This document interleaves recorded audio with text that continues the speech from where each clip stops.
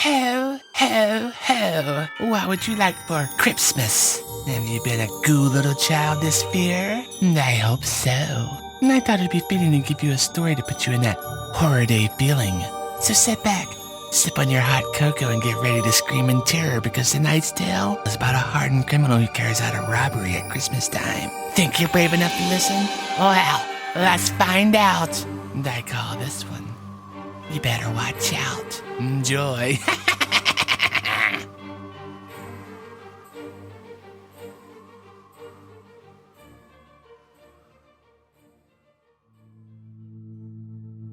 As Tommy Wilson walked through the main entrance of the mall and into the foyer, he heard the loudspeakers playing Christmas music. Shoppers were milling around, rushing to buy gifts for their loved ones. It was December 23rd, and after the stores closed that night, there would only be one day of shopping left before Christmas. He strolled past Santa's village, where a fat old man in a tattered beard was handing out cheap presents to an assortment of children. Behind him was a tall Christmas tree, decorated with sparkling lights and shimmering ornaments and candy canes. A train chugged past on a track, going around and around in a circle, carrying a load of presents. And all around the mall, there was a large number of mannequins, dressed in Santa suits. They stood there silent and motionless as customers filed past. The strange thing about them was they all had a particular design. Their mouths were hanging open, and Tommy noticed that their eyes seemed to follow him as they walked past.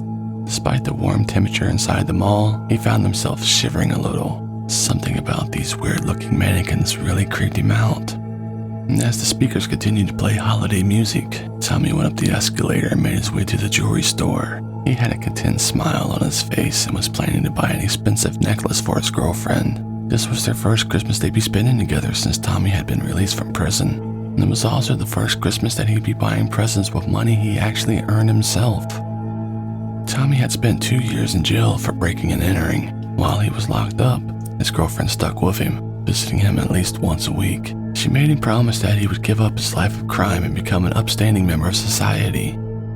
Tommy was determined to keep that promise, and as soon as he got out of prison, he found himself an honest job that paid a decent wage.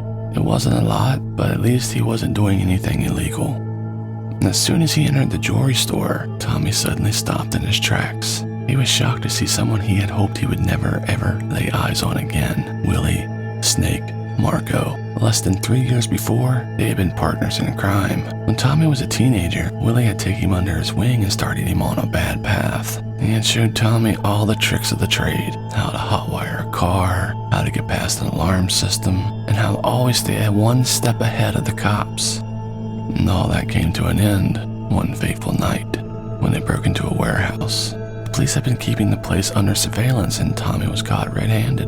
Willie was waiting in the car outside, and when the cops swooped in, he managed to escape. Tommy was not so lucky, and he was arrested, charged and sentenced, and spent 2 long years in prison.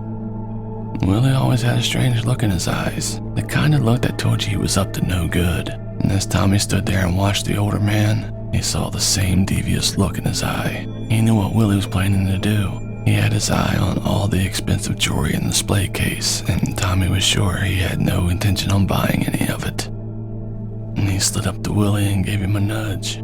"Don't do it," he whispered. "It's not worth it, man." And Willie turned his head. Huh. Well, if it isn't Goody Two-Shoes. I thought you were in the slammer when they let your sorry butt out. And since when did it become your business to give me advice? Just because one of us went soft doesn't mean the other has to. And Tommy sighed. "Look, I'm just warning you," he said. "And if I could turn my life around, so can you, man." Look, I don't need no sorry ex-con telling me what to do. Besides, do you think I'm dumb enough to carry out this job in broad daylight? You always were a stupid one. If I try anything now, with all these people around, I'll get nabbed for sure and end up just like you. I'm too smart for that.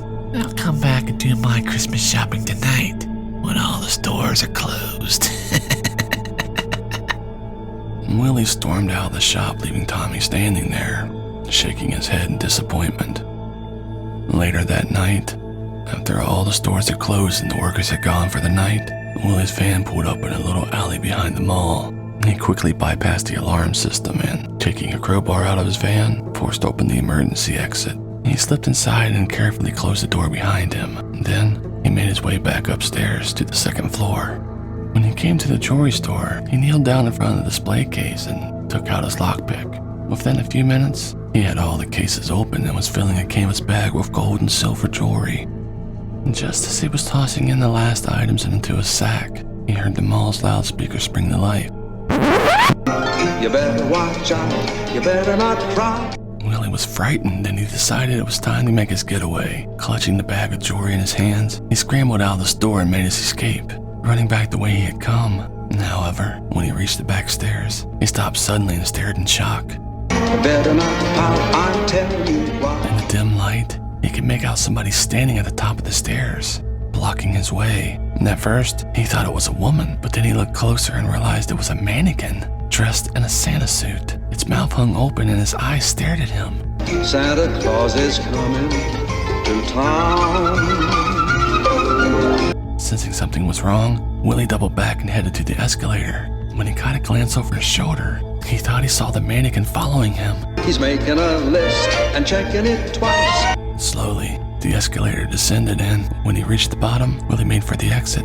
Again, he stopped in his tracks. Standing in front of each exit, blocking his way, was one of the same mannequins. As Willie tried to make sense of the situation, he thought he saw the mannequins begin to move their arms and legs. He turned to retreat up the escalator, but there were two more mannequins blocking his path. He's gonna find out who's naughty and nice.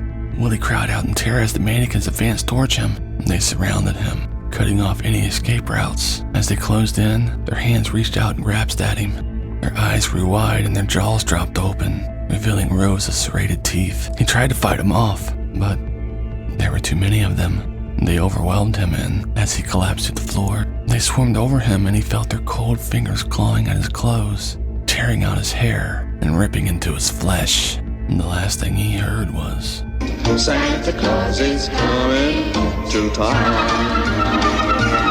Bright and early the next morning, the staff at the mall arrived and began opening their stores. The employees in the jewelry shop found everything just as they had left it the night before. The display cases were all locked and the jewelry was all in its proper place. The store had only been open for 5 minutes when suddenly, terrified screams were heard echoing around the mall. The employees looked out the door and saw a middle-aged woman standing outside, pointing at the display window and screaming her lungs out. There was something wrong with the mannequin in the display. Blood was dripping down his torso and pooling on the ground. And on the mannequin's shoulders, where its head should have been, there was something else.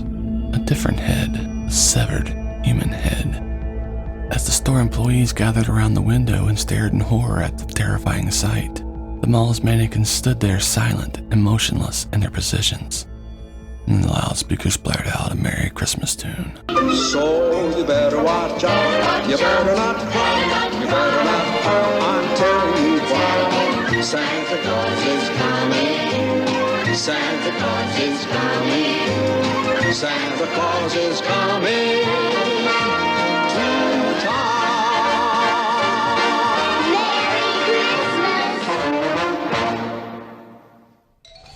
Wow, I've always found mannequins to be quite creepy, but now I'm done. Hopefully I don't run into any today when I'm shopping. What did you think of this tale, my foul friends? Didn't it just put you in the Yuletide spirit?